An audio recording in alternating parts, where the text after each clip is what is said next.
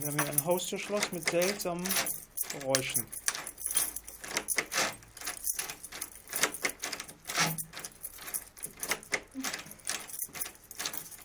Ja, ich habe das jetzt ein bisschen geölt, das Schloss, das müsste jetzt aber weggehen.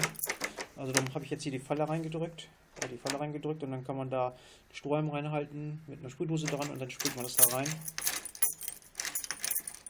Und dann geht das weg. Das war eben schon schlimmer.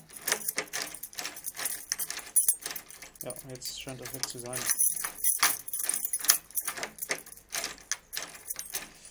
Okay, das war's wieder von meiner Seite aus. Das war nochmal eben ein Haustürschloss mit seltsamen Geräuschen. Ah, da ist er wieder. Das ist jetzt aber nur noch da am Anfang.